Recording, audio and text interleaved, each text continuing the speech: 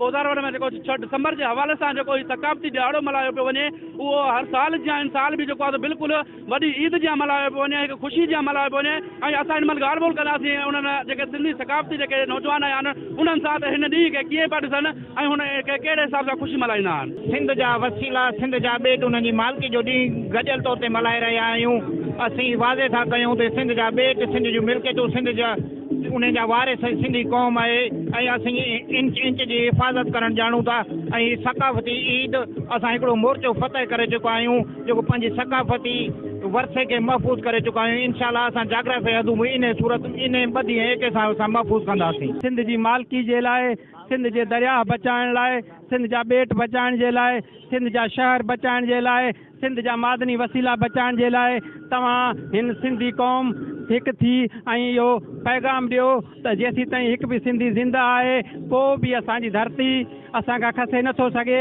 ऐं इहो वचन जो ॾींहुं करे मल्हायूं हिकिड़ो ॾींहुं सिंध सां इश्क जे करे बि मल्हायूं। असांजी जेकी सिंधी क़ौम आहे पंहिंजे कल्चर पंहिंजे मुहज़ब अदीबनि सां पंहिंजे तारीख़ सां मोहबत करे थी असां पंहिंजे ॿेटनि ऐं सिंध जे जेके वसीलनि ते कब्ज़ा थियनि था उनजे मुकमल ख़िलाफ़ आहियूं ऐं असां सभु सिंधी अॼु ॾींहं ते गॾिजी इहो ॾेखारणु था चाहियूं दुनिया खे त असां हिकु पुरअमन क़ौम आहियूं। असां अॼोके ॾींहं ते इहो हिकिड़ो मैसेज था ॾियूं त असां सभु सिंधी मुतहिद आहियूं।